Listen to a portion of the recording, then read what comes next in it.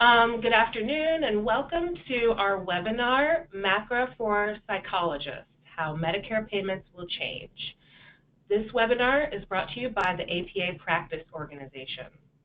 The Practice Organization is a legally separate companion organization to the American Psychological Association that advocates for psychologists on reimbursement issues.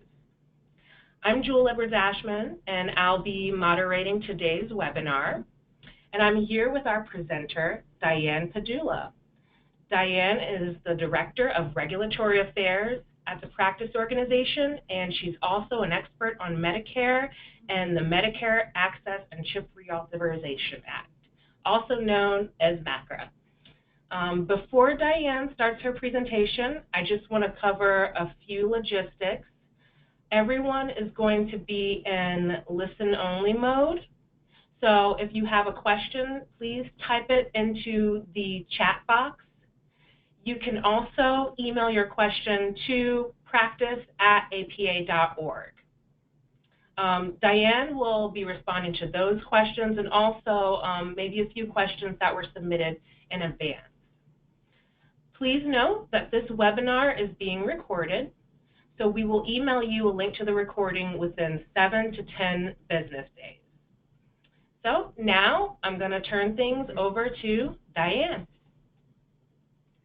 Thank you, Jewel, and thank you everyone who's on the webinar for giving up an hour out of I'm sure what's a busy day for many of you. This is an opportunity for us to both briefly tell you a little bit about some of the changes that you will be impacted by in 2017, along with a preview of many of the broader changes in Medicare that won't affect psychologists right away, but should definitely be on your radar screen because it may significantly impact how you provide services and receive payments in the future. So starting with the Medicare update, for 2017, your payments should not be significantly changing. There have been no changes to the relative values for any of the services that you provide, whether that's psychotherapy, testing, or health and behavior. So all of that will remain relatively static. You will, unfortunately, continue to be affected by sequestration. You may recall that was something that Congress put in place a few years ago, which was essentially meant to keep costs down. It reduces all Medicare payments to all providers for any services by 2% right off the top. Many of you will probably be relieved to know that the Physician Quality Reporting System, known as PQRS, officially ended on December 31. You will not face PQRS reporting. PQRS no longer exists as a standalone program, but you will find that many of the PQRS measures are now going to transition into future Medicare programs, and I will explain more about that later.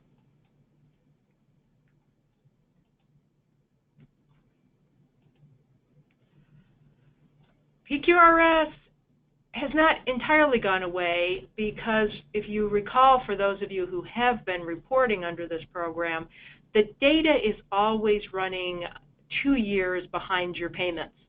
So what you did for 2015 and 2016 will have an impact both this year and in 2018. Simply put, if you fail to successfully report in 2015, your payments will be reduced by 2% this year.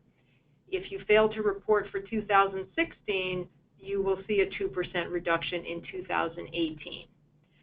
The reporting year is over, ended on December 31st in terms of the services you provide. However, CMS continues to collect the data until February 28, 2017. So if you are reporting PQRS measures, you still have until the end of February to provide that information to CMS and hopefully successfully participate for the 2016 reporting period. Any of you who are using registries to report, you should check with your respective registry. Some may need the data a bit sooner, perhaps by the end of this month, but others may be able to continue to take the data and still submit it to CMS in time for you to be recognized for 2016.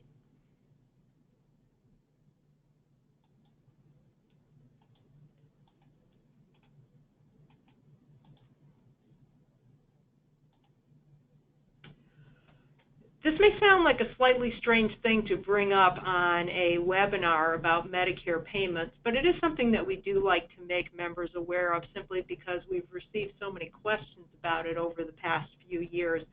And that is the option that you have to privately contract with Medicare patients. It is something that is known as opting out. And by opting out, you are allowed to set your own rates for Medicare patients so long as they agree to privately contract and pay you out of pocket. You must file an affidavit with your Medicare administrative contractor. Both you and the patient agree that there will be no claims to Medicare for your services for 2 years. You will have a contract with each individual Medicare beneficiary that you treat. And most importantly, you must understand that once you opt out, you must opt out for every Medicare patient that you see in all settings where you provide services. You cannot be in Medicare for some patients and out of Medicare for other patients. So you're totally in or you're totally out. You have no flexibility on that. Medicare is becoming a little bit more flexible in terms of some of the administrative requirements. It used to be your responsibility to renew your affidavit every 2 years. Now that will happen automatically. So again, once you start the process, it's assumed that you're going to continue unless you notify your Medicare administrative contractor otherwise. What's also very important for people to understand is that opting out is necessary in order to privately contract with a Medicare patient, even if you have never been a Medicare provider. Many people think that because they never enrolled as providers in Medicare, that therefore they're not part of the system. But the key difference is that when your patient signed up for Medicare, that's when the patient essentially established an agreement that Medicare would pay all their health care claims. So even if you've never become a Medicare provider, if you want to see Medicare patients without going by Medicare's payment requirements, then you need to, number one, opt out, and number two, privately contract with each beneficiary. Now, the focus of this particular webinar, and I know this is of great interest to many of you because we've received a number of questions about it. There were significant changes made by the rule that Jewel mentioned when she provided you with the introduction for this webinar.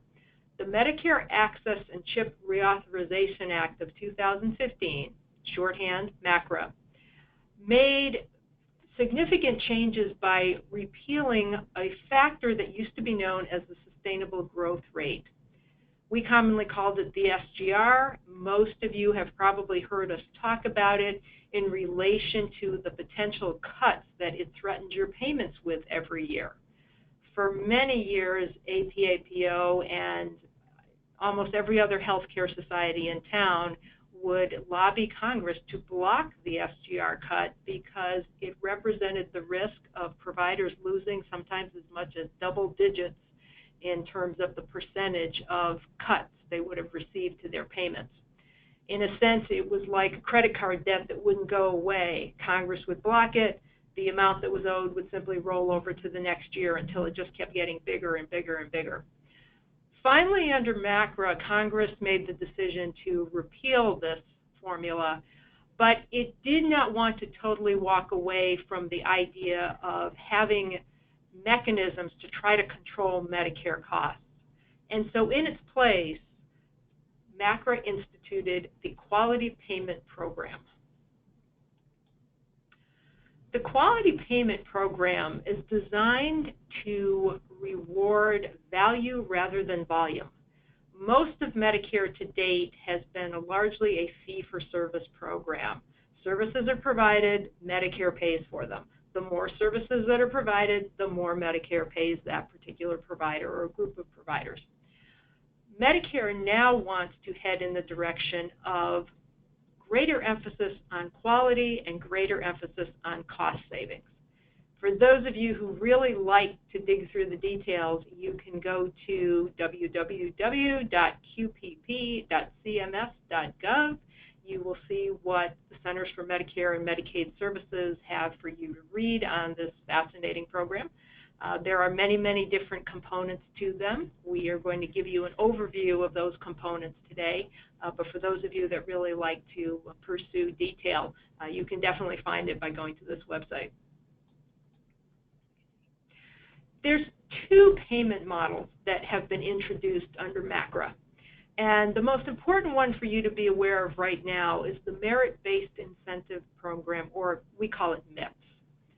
There is also advanced alternative payment models. I'll explain a little bit more about those later. Why MIPS is so important is the vast majority of clinicians, regardless of what type of healthcare services they provide, will start off reporting under MIPS.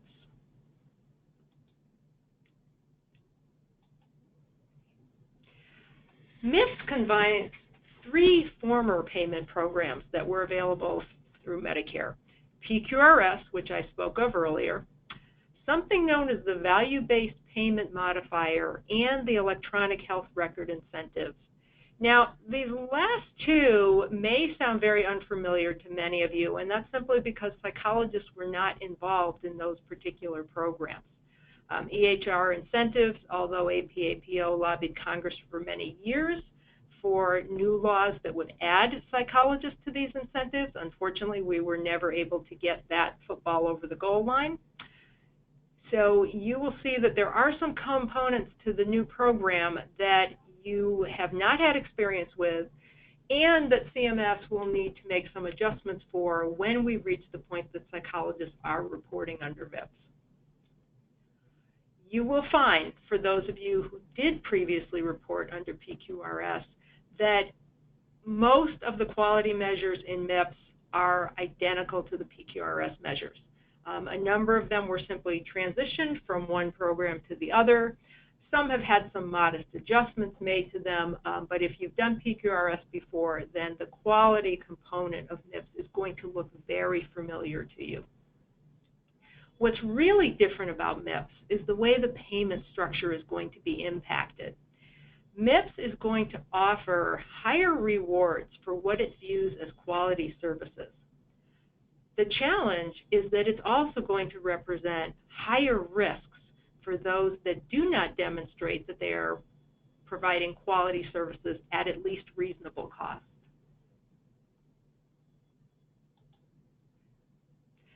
To give you an example of the extent of the impact of MIPS, the MIPS adjustment for each individual provider in Medicare is going to be positive, neutral, or negative.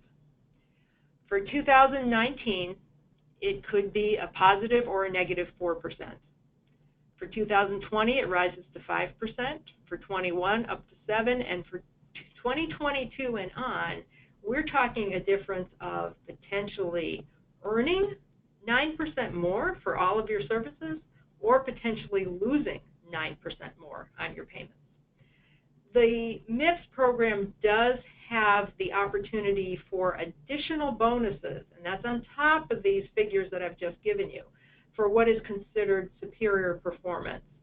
My initial reading of some of the information I've received from CMS and people who deal closely with CMS is these are going to be relatively exceptional, that the bonuses are not going to be something that most clinicians should be counting on right off the bat, but it is possible. Now, for many of you, this is probably going to be the most important slide, and I hope we won't be losing you at this point. MIPS really does not affect you right now, and the reason for that is psychologists are not yet considered what in MIPS is known as an eligible clinician. The way the program was designed, physicians and physician extenders, such as clinical nurse specialists, nurse practitioners, physician assistants, were part of the first wave of MIPS participants. Psychologists, clinical social workers, PTs, OTs, and a number of different healthcare specialists will be added in 2019 at the earliest. So what does this mean for you right now? It means that right now you will essentially sit where you are. Your payments will not be impacted. You will not have to do MIPS reporting this year or in 2018.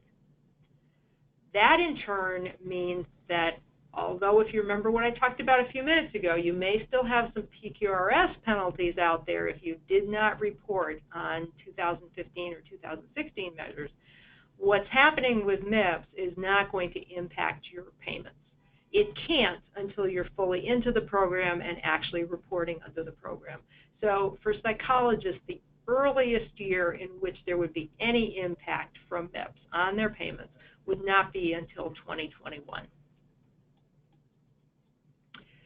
It's also very possible that even come 2019, you still may not have to report under MIPS. And the reason for that is MIPS contains something known as a low-volume threshold. This is an exemption. It was CMS's feeling that those who were seeing very few Medicare patients should not have to take on the challenge of having to report in so many different program areas. Frankly, they didn't want to discourage people from leaving the Medicare program if they started to feel that the burden of MIPS reporting really outweighed the work that they were doing and the money that they were receiving for seeing only a small number of patients. So the low volume exemption for 2017, and again, this applies to the eligible clinicians, the physicians and the physician extenders who are reporting in 2017.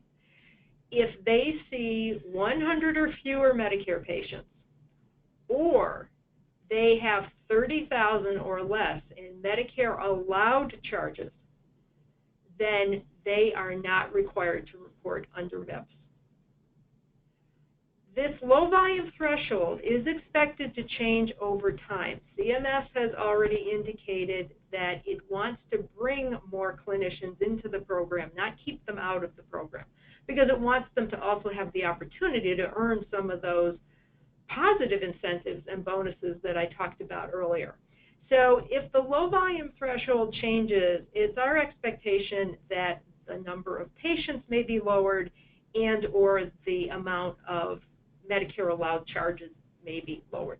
We have no idea how much that might change. So I can't speculate on what new numbers might be. We will watch it very closely over the next couple of years. So know that it exists, understand what it is right now, but realize you may need to take a second look at it by 2019 because the numbers may not be quite the same, and so some people who are close to the threshold now may find that they would be brought into the program.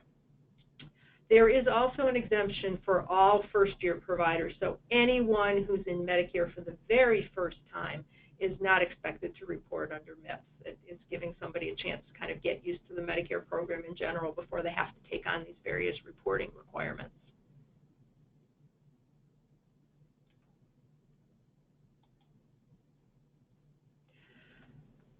You may be wondering, if we're not in the program yet, why should I even care about any of this? Well, I will give you two reasons. One, it'll be 2019 before you know it. If you do end up having to report at that time, you probably wish you'd paid at least a little bit of attention to what was going on when the program was brand new.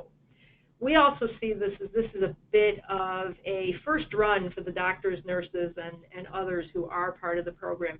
In a sense, we'll get to see what happens as they take on these new reporting requirements, and we'll get to see what, if any, adjustments CMS may end up making. So in a sense, it's like somebody else taking or buying that car that's made available for the very first time. There may turn out to be a few bugs in it that hopefully CMS will then have adjusted by the time psychologists are added. But why it's also important for you to understand this program is for psychologists and social workers and the other clinicians that I mentioned who won't yet be eligible for MIPS, CMS is going to allow you the opportunity to report MIPS data on a trial basis over the next couple of years. And that is simply so that you can experiment with reporting the measures, understanding the different components, and essentially doing a test run to see how you would fare under MIPS. That way, if you find you're perhaps not performing as well as you'd like to be, you've got another year or so that you can be learning and working to make the type of adjustments that would put you in a more favorable category by 2019. What's important to keep in mind is that this option is strictly voluntary. you do not have to do anything for 2017 or 18 as far as MIPS is concerned. If you do decide to report, it is simply for your own information. You will receive performance feedback, so you'll know whether or not you've been successful. And most importantly, any data that you submit during this trial period will not have any impact on your Medicare payment. So even though you would be doing essentially practice reporting for MIPS in 2017, it would not have any impact on your payments 2 years from now. I realize I've been covering a great deal of material, so I'd like to stop for a moment and see if there are any questions to this point. All right, so let's take a few questions that have been rolling in from some of you. The first question, Diane, if you opted out of Medicare previously and wish to continue, given the new rule that you don't have to renew every 2 years, does the need to no longer renew kick in automatically? Well, a lot of it depends on when you opted out and the last time you submitted an affidavit. This rule went into effect, I believe, June 15th of 2015. So if somebody had opted out previously to that, and say their 2-year renewal is coming up now, then they may need to actually submit an affidavit one more time. So anybody entering the program or submitting an affidavit after that time period, it will from now on automatically renew every 2 years. But if it's been over, say, 18 months since you last submitted one, you may need to actually physically submit it one more time before it becomes an automatic rollover for you. If you have any doubts or you don't remember the last time you sent yours in, if you contact the provider enrollment department of your Medicare administrative contractor, they will be able to tell you whether or not you need to resubmit that. Okay, let's take another one on the low volume threshold. What if I have less than 100 patients, but I have more than 30,000 in Medicare allowed charges? Will I be exempt? If you were reporting in 2017, the fact that you had fewer than 100 Medicare beneficiaries would be sufficient for you to come under the low volume threshold. When the threshold was originally proposed, it required both a minimum number of beneficiaries and a minimum amount of allowable charges.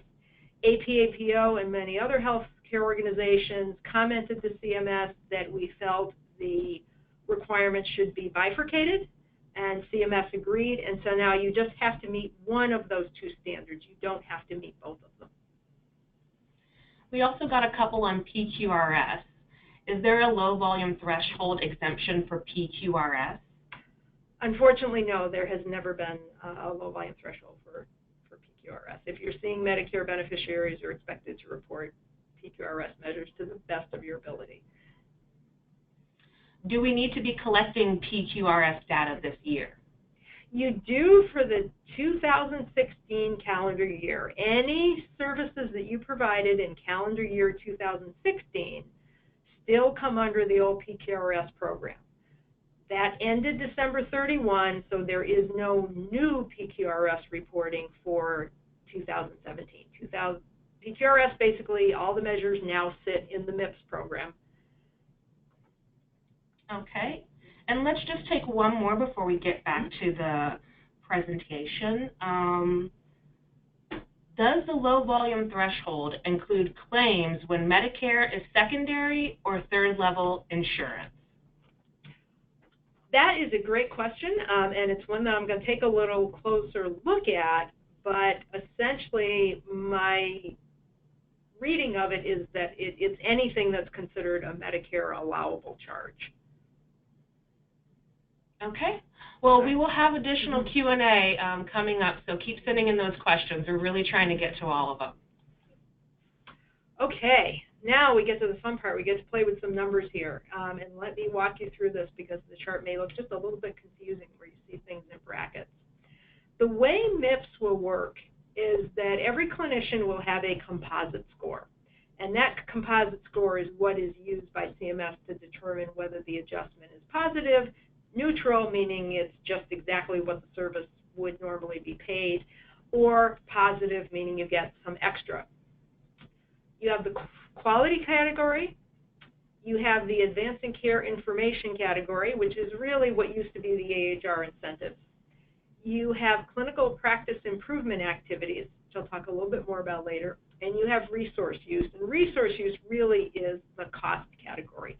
It's what CMS is looking at to try to determine if you're operating as efficiently as other providers of your caliber.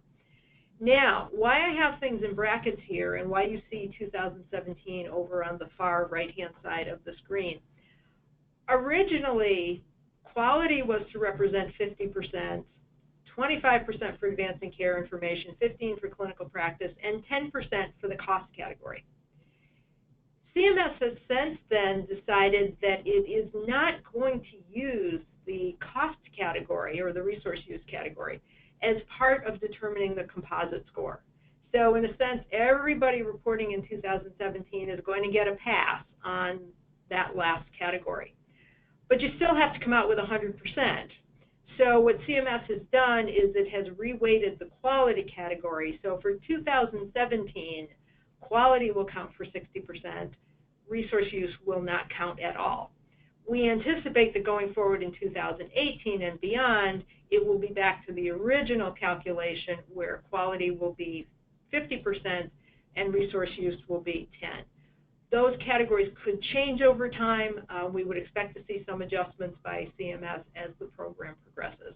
I think it's very important. I'm going to stop for just a minute because it's not just this portion of the formula that could be changing. CMS very much views all of MIPS and the advanced alternative payment models and essentially the entire quality payment program as one that is going to be constantly evolving. As they receive data, as they determine how helpful that data is, as they determine how relevant it is to the way that clinicians practice, this is a program that you are going to continue to see changes in. So this is basically the skeleton. Over time, it will probably start to look a bit different.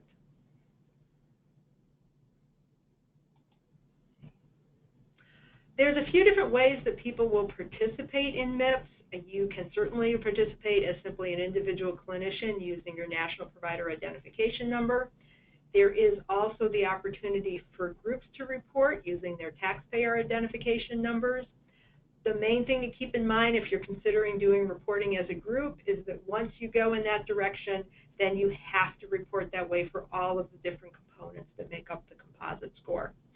On a slightly bigger level, when this was first being considered, the question came about, could different practices form virtual groups? For example, could those in sort of outlying remote areas form virtual groups by combining with those that might also be in outlying areas or might also have similar issues in common? It is something CMS is still working on. They do not yet have it in place, so it's not a possibility for 2017, but eventually it may be possible for those of you that, say, have small practices to combine your work with the work of others who have small practices and be able to create a group and report in that way. Now, to break down the different categories under MIPS, the quality requirements, which again are going to look virtually identical to the measures that you saw under PQRS because that's where most of them are coming from. CMS has relaxed the requirements compared to the PQRS program. Those of you who did report may remember you had to report on up to 9 measures, which was extremely difficult for many psychologists to reach that number. It is now down to 6. It includes 1 outcome measure unless of the measures that are available to you, there is not an outcome measure. If that's the case, then some measures are considered higher priority than others, and so you would have to pick one that fell into that category. very much like PQRS, you are expected to pick measures that are linked to the codes that you use to report your services, such as a psychotherapy code or a testing code, but it is supposed to reflect what is relevant to your practice. If it is something that contains a code, you might bill, but it is not appropriate for the way that you conduct your practice, then you should not be expected to report that measure. You will have the opportunity to select strictly from individual measures, or they have also taken some of these and put them into designated measure sets. That is simply for everyone's ease, in a sense that you could simply go and you could find a specialty measure set that matches your practice and be able to report on those measures. And there is a mental behavioral set of quite a few measures this time around. So that might be something that people could take a look at. You just would be very quickly able to find that on the CMS website that I told you about. You could look at those particular measures and say, okay, easily, here's where I find the 6 that I might want to report. Very important for those of you who used to report the dementia measures group. I know many neuropsychologists found this to be a rather attractive feature in PQRS. Dementia measures, for the most part, still exist. There have been a few changes. A couple of them have been taken out, and I think at least one new one has been added. But most importantly, they no longer have to be reported as a group. The measures groups that were connected to PQRS have gone away, but now the measures within each group have been broken out, and so they can each be reported as individual measures. And I think for many psychologists, that's going to be really helpful. Because if you used to report as a measures group, the requirement was you had to report every single measure in the group, and so if there was 1 or 2 that didn't fit, then many psychologists couldn't do that option. This way, they'll be able to see if there are particular measures in the dementia category that fit and just report on those particular measures. Okay, the advancing care information category. Again, this is one that's probably going to be a bit unfamiliar since people did not take part in the electronic health records incentives, but we just want to give you an idea of what it involves. It technically consists of 2 segments. There is what is known as a base score and a performance score. The type of measures that are included here involve protecting health information. Privacy and security is a very big part of this program. Patient electronic access, does your patient have the ability to reach you through electronic means, for example? Health information exchange, how easily can information be exchanged between different healthcare providers or healthcare facilities? Electronic prescribing, and also coordination of care. And these are just some examples. There are many, many more to this category. Now, again, here is something that is of most importance to psychologists to understand. As I mentioned earlier, psychologists, clinical social workers, and a small handful of others were never eligible for the AHR incentives. Therefore, you never had to meet the meaningful use requirements. Understanding that, and because there are a few other clinicians who will be reporting in 2017 that for various reasons also did not report meaningful use, CMS has determined that you are not required to report this category, the advancing care information category, if you do not participate in meaningful use in the year before you start reporting. So what CMS will have to do is essentially take the percentage that would have been attributed to this category for the composite score, and it will have to reweight it among the other categories that the individuals are able to report on. So again, I think it's very important for psychologists to know, and it goes back to what I said earlier about our having the advantage of watching some of the initial clinicians who are going through this program and seeing the situations that they're dealing with and how CMS is responding to them. So knowing that some of the current clinicians did not report meaningful use, CMS has already established that they will not be held responsible in their first year of MIPS reporting.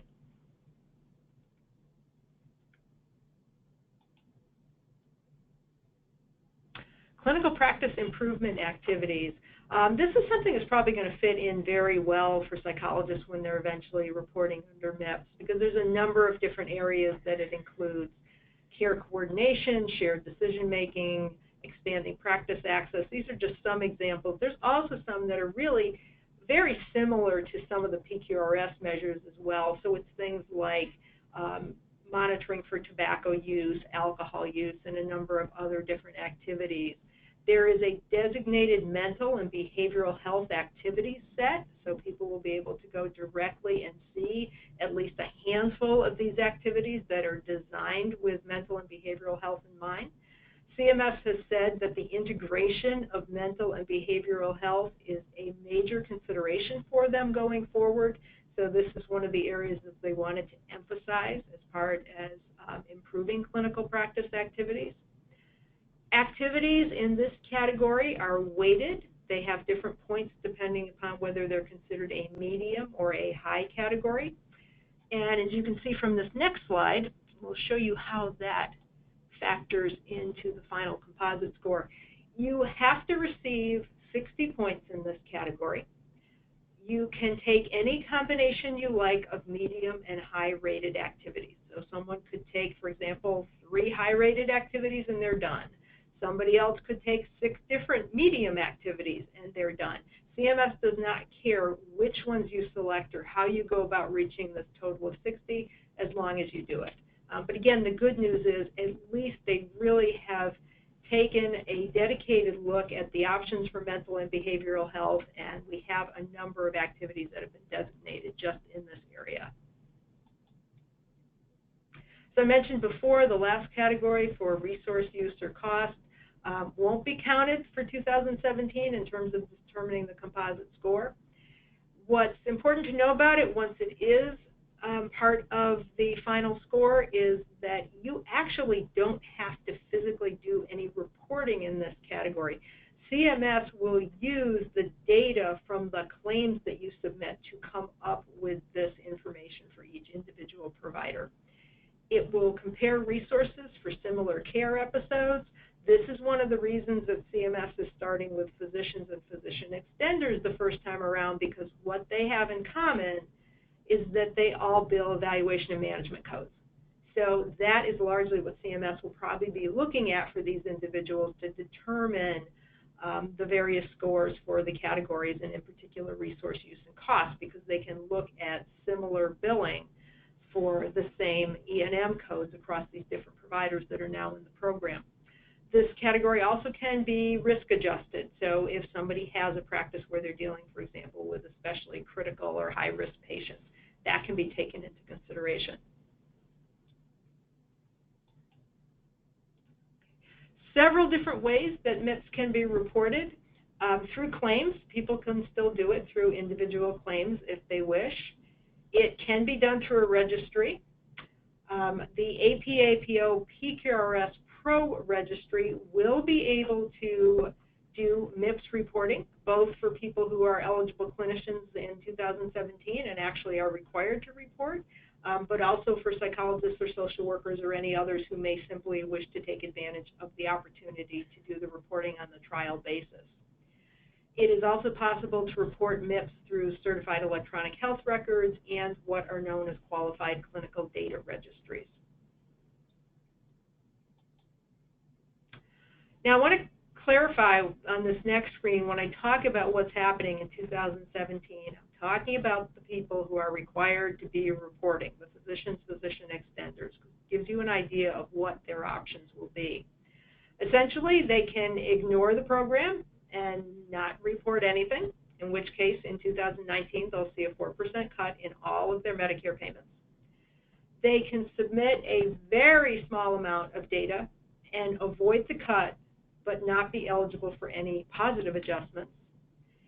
They can submit 90 days of data, 1 quarter's worth, and they will either be a neutral adjustment or a small positive adjustment. Anyone looking to receive the full 4% positive adjustment would have to submit a full year's worth of data. Important to note, this was not part of the original proposal. It was assumed that everybody was going to jump right into the deep end of the pool and start with all the MIPS reporting requirements right off the bat. This was put into place later on when it was recognized that many people still needed more time to adjust for the new program, that vendors needed time to get some of their information ready. And so this option was rolled out so that people have a choice in terms of how much they wish to commit for the first year. Whether a step-down approach like this will be available to people who are going to be new to the program in 2019, we don't know. And we frankly might want to monitor it for the first year, see how well it works for the physicians in terms of then what we would want to promote to CMS in terms of how to bring psychologists into the program later on.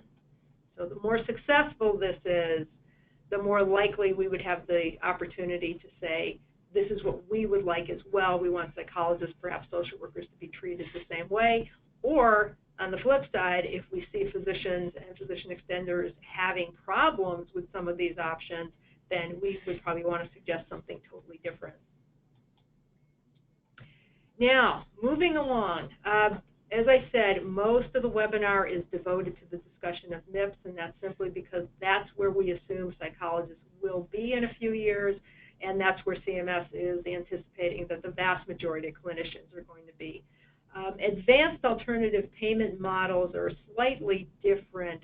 These are more structural in nature.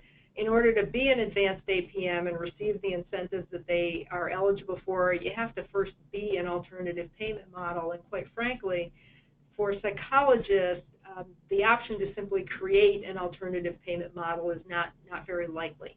Many of them are primary care based or in some cases specialty care, but with a much broader range than normally what you would find in a psychologist practice.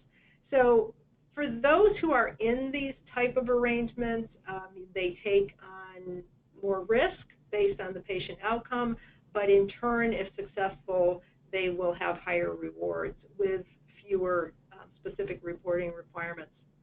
If you are in an advanced APM, you don't have to be subject to MIPS payment adjustments, and you can still receive up to a 5% payment incentive. As I said, to be an advanced APM, the structure has to bear a certain amount of risk. You have to incorporate quality measures into the payment model itself. So you're not reporting them separately because it's already built into the APM.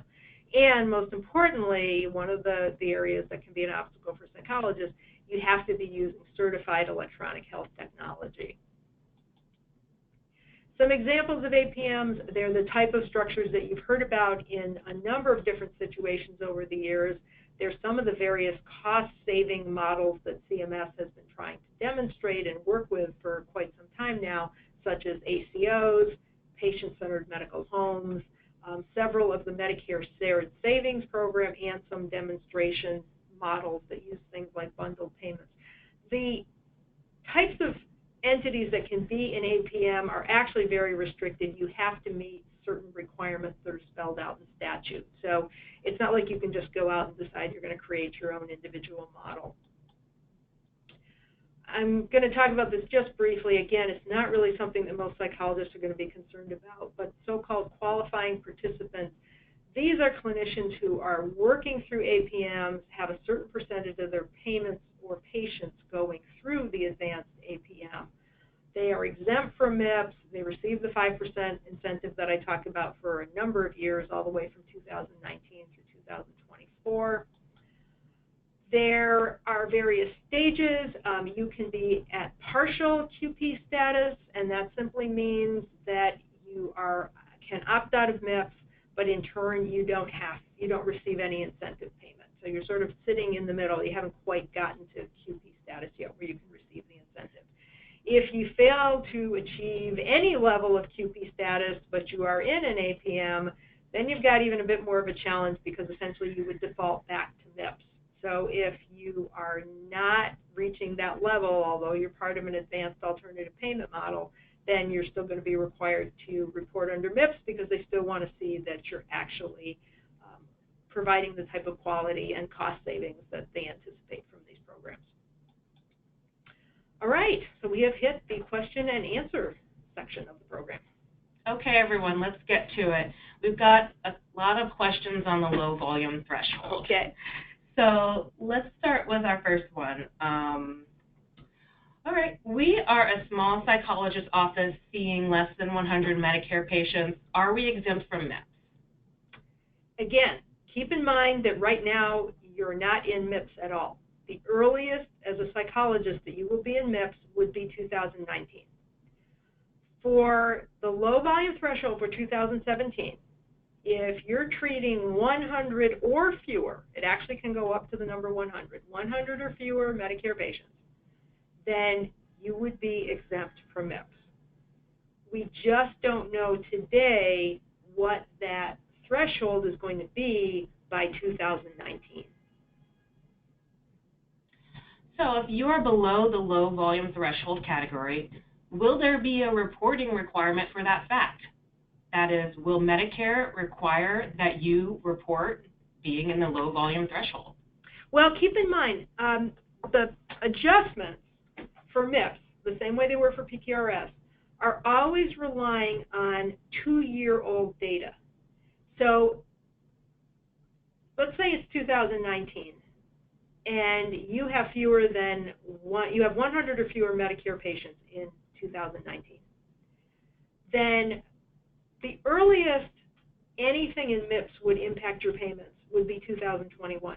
So CMS has all that time in between to be analyzing your data. They will know whether or not by the end of 2019 you have seen more than 100 Medicare beneficiaries. I haven't heard anybody ask this question yet, but I'm going to throw it in there. Let's suppose the low volume threshold remains at 100 beneficiaries. And let's suppose as the year goes on, you're coming very, very close to that number. That would be something you want to monitor throughout the year so that you don't find yourself in that situation where you were thinking that you were going to be totally exempt and then end up over the 100 number that then puts you into the MIPS category. If we fall under the low volume threshold and are likely to stay there, is it wise to report anyway in 2017 just in case it changes? That's a great question. I would make that decision based on 2 factors. One, how far away from you are the threshold? If you're only seeing 6 Medicare patients and you certainly don't expect to greatly expand your practice, then you're probably in a very good position to still be under the low volume threshold. If you believe that you would like the opportunity to try to achieve some of those bonus payments, then it might be an excellent time for you to practice when it doesn't count and you can't be hurt by it. There's also one other piece of information that's going to be important for you to pay attention to, but this is something that you'll have to kind of keep an eye on the material we release in the future. The way MIPS is designed for 2017, if you come under the low volume threshold, you're not only exempt, you don't have the opportunity to ask to be part of MIPS. And that's something that a number of healthcare organizations have actually argued against, that many believe their clinicians should have the opportunity to participate in MIPS if they want to, while still taking advantage of the low volume threshold if it applies to them. So that's something that could change. Right now, low volume threshold means you're either in or you're out, but it's possible that in the future, well, you may have a low enough number of patients or charges to claim the exemption, you could still have the opportunity to report if you wanted to. Okay. If I only have 20 Medicare patients, would it be safe to assume I'll never need to participate in MIPS? Safer than if you had 80 Medicare patients, I'll say that. I can't read CMS's mind. I don't know quite how low they would go. I do know they have some other provisions in MIPS that are designed to ease the burden for very small practices, and they define very small practices as, I believe, 25 or less. I would say the most important thing to do would be to watch the material that we provide over the next year. We will know by July of 2017 what changes CMS will be proposing for 2018, and we'll know by November what changes will go into effect in 2019. So depending upon what you see happening throughout this year and CMS's response to comments that people make, inquiries that people make, I think that will give us a better idea of what might be coming in 2019. Will MIPS apply to patients seen in group therapy during inpatient psychiatric hospitalization? Great question. I will look into that. You are welcome to contact the Government Relations Office, and I'd be happy to try to find that information out for you. There are some separate programs for hospital-based reporting, so I don't quite know which one that would come under. If you're exempt because of the low volume threshold, do you still get a 4% reduction for not participating? No, if you're exempt, you're out altogether. We're thinking of opting out of Medicare as a practice. If we do this, would it negatively impact our ability to practice in a hospital setting? Or can the hospital bill our services under Medicare even if we've opted out? No. That's a great question. If you opt out for all Medicare patients in all settings. I've had this question come up before from many early career psychologists who are employed in medical facilities where they need to see Medicare patients, but they would prefer to opt out in their private practice. But unfortunately, you can't bifurcate the two. So you as an individual provider are either a Medicare provider and billing Medicare, or you have opted out, and in which case the hospital could not have you seeing Medicare patients and be billing. Because essentially what happens, even if the hospital is billing Part B on your behalf. Okay. And I've got a couple of questions here about PQRS. Sure. A lot of people are wondering, how do they start reporting PQRS? And do they need to report PQRS for this year? Okay. Yes. Unless you are willing to absorb the 2% loss in 2018, then you would need to report PQRS measures. And here's what's most important. If you submitted claims throughout 2016 and did not report PQRS measures on those claims, then there is no way you can go back and try to amend, refile, or make any adjustments to those claims. However, you do still have the option of registry reporting, and that is simply because registry reporting is independent of your claims. So the registry takes the information that you have on everything you did throughout the year, basically pulls out the pieces that could be linked to PQRS measures, puts all that data together, and sends it off to CMS. Now is an absolutely critical time for you to start looking into using a registry if you want to report for 2016, because we're already halfway through the month of January, slightly more than that. Many registries may be closing their books relatively soon.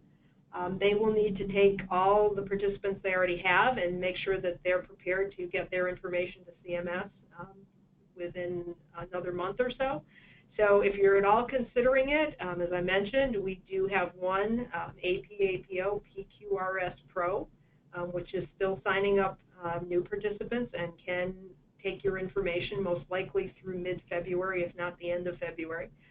So really that's about your only option. If you've already been submitting claims and didn't report through claims, then you can't go back and change that now.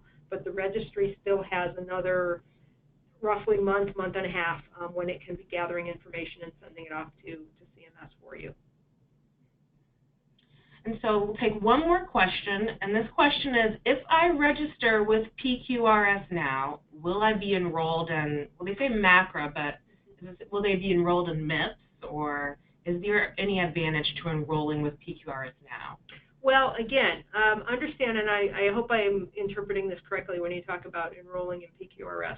What you're doing if you submit PQRS measures now is you're trying to meet the requirements for 2016 in the hopes of avoiding a penalty in 2018. If you see relatively few Medicare patients and you've not been involved with PQRS before, then you also have a business decision, which essentially, is it worth it for you to sign up for a registry and be paying the fee for a registry compared to the 2% that you would lose? If you see very few Medicare patients and have very low charges, say under $10,000, then you might save money by not doing the registry and just taking the 2% penalty. So there's a business decision you have to make there. Every reporting year is separate, so even if someone has been doing PQRS every year, for example, through a registry, they would still need to then sign up again if they wanted to do the trial reporting under MIPS going forward. All right. I wish we could get to all of your questions right now, but don't worry. We have them on hand, and Diane will hopefully address them, and we can get back to you at a later time. But I want to thank all of you for attending. I just want to note that this webinar was hosted by the Practice Organization, a legally separate companion organization. Because of APA's tax status as a charitable organization, APA can't legally engage and work on reimbursement issues the way that the Practice Organization does. We advocate for psychologists and look out for their professional information. And so more professional interest, but more information about that and about Medicare and PQRS is available on our website at apapracticecentral.org. Members of the Practice Organization can access additional resources through our complete guide to Medicare, which is also on our website. So if you could just hang on for a couple of minutes, there will be a live evaluation or survey for you to take and just to share with us your experience on today's webinar. If you can't stay on the line, we will be emailing you a survey to take in about an hour, and you'll also get one that comes with your recording. So I just want to thank you all so much for attending, and I hope this was helpful. Have a great afternoon.